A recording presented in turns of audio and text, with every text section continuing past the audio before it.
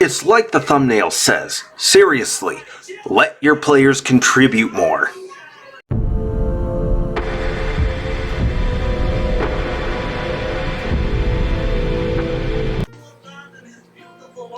Hello there everyone, welcome back down here to the Gamer's Den with me, your host, Jordan, your master of lore and storyteller extraordinaire, bringing you today another quick tips for DMs episode, today talking about how you go about letting your players contribute more in stories, in your campaigns.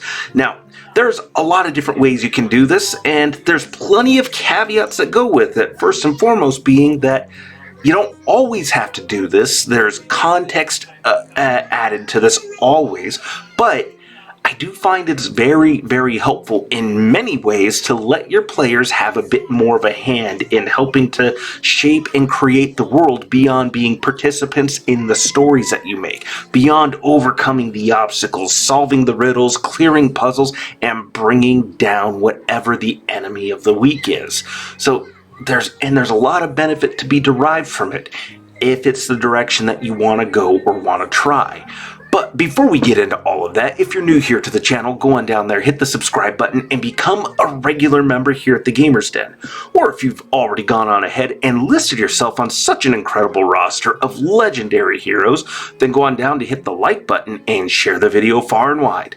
Now, let's actually start talking about how you go about doing all of this, giving your players a larger role in shaping the world. And really, I think a good starting point is just that old advice that I keep sharing that I picked up however many years ago now.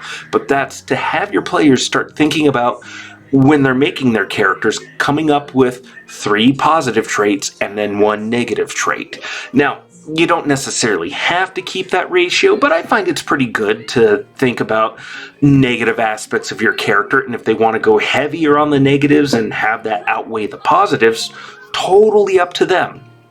But what I find happens as a natural occurrence of this is after they've done this for a couple of characters, maybe it only takes the 1, but after they've done this, they usually start thinking, well, how did my character get to be this way? How were they shaped? How did they grow up? Where did they grow up, for that matter?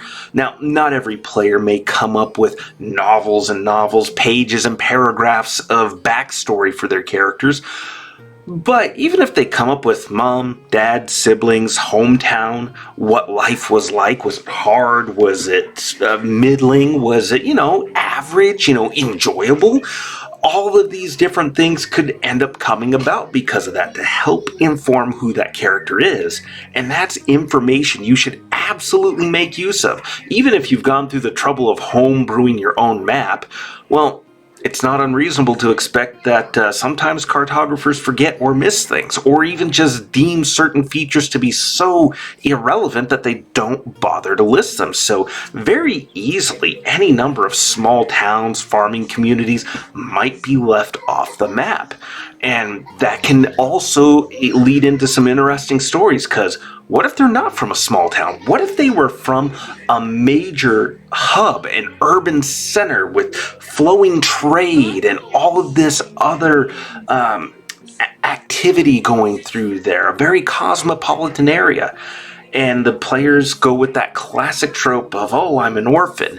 Well, they're from this major city, they're an orphan, but this major hub isn't listed on any of the maps. What if it's a town that ended up rebelling against their rightful monarch, against their rightful rulers? Well, it's possible that that act of rebellion might have warranted being put down hard before the fires of it spread elsewhere, even though that's exactly how you spread a rebellion, yada yada.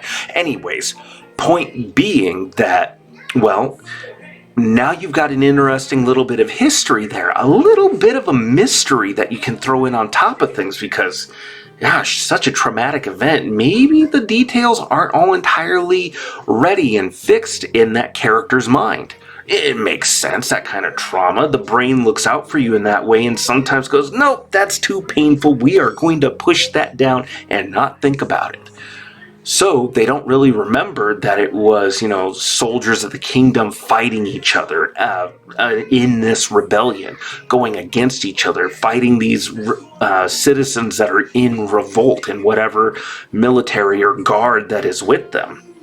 And as punishment, rather than just, reintegrating the town, whatever happened was such a transgression, so grievous, or touched on a nerve of a very weak-spined ruler who decided, nope, stamp this out before this idea spreads. We cannot appear weak, not to our own people, not to the neighboring kingdoms. Put them down fast and hard now, and leading to more and more destructive chains of events. Like, you see how I'm spiraling with this, taking this random idea and just running with it? That sounds like a whole campaign right there, and it usually falls into the territory of things I like to read about and think about in terms of gaming. But just as another example, one of my friends in that Pathfinder campaign I keep talking about but has been in hiatus for a little while now, he made a character named Bastion DeMarcus, and he's part of the DeMarcus house. It's not a major house of nobility, it's a minor one, but still, this puts him, at least in social hierarchy, head and shoulders above the rest of the people in the party. And he knows it, he flexes it, he flaunts it. He flaunts the fact that he is significantly more wealthy than the players. But doesn't that give him an advantage? No, he's the youngest son. And part of why he feels the need to flex this isn't just a show of his status in society. It's also because he is the youngest son.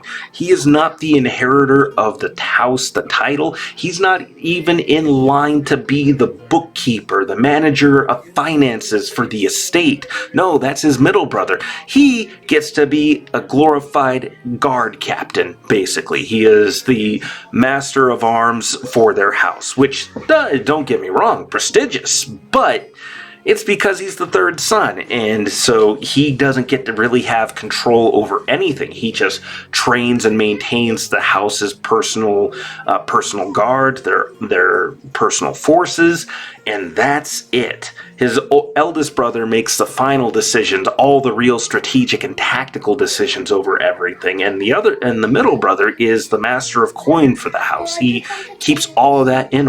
So he feels the need to flex his position in order to just kind of, not necessarily, it is reassurance, it is a need to assert himself, and so he takes it out on his companions, but, not that I had listed out every single last house in my campaign setting, every single last noble line. This was still an addition that this player had incidentally ended up making.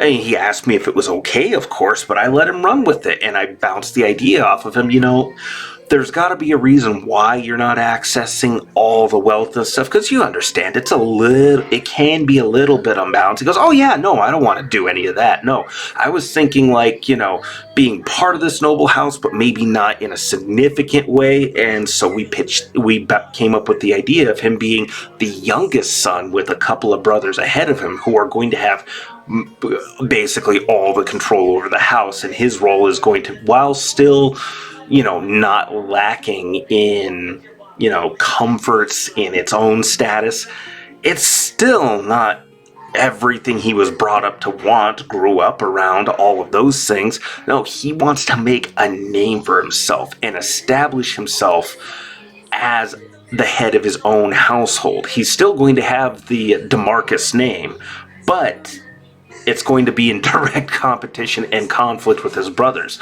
And, he's not stupid. He's going about this in many very clever ways. But anyways, I'm making this entirely too long. It's not the biggest addition ever, but it is an addition.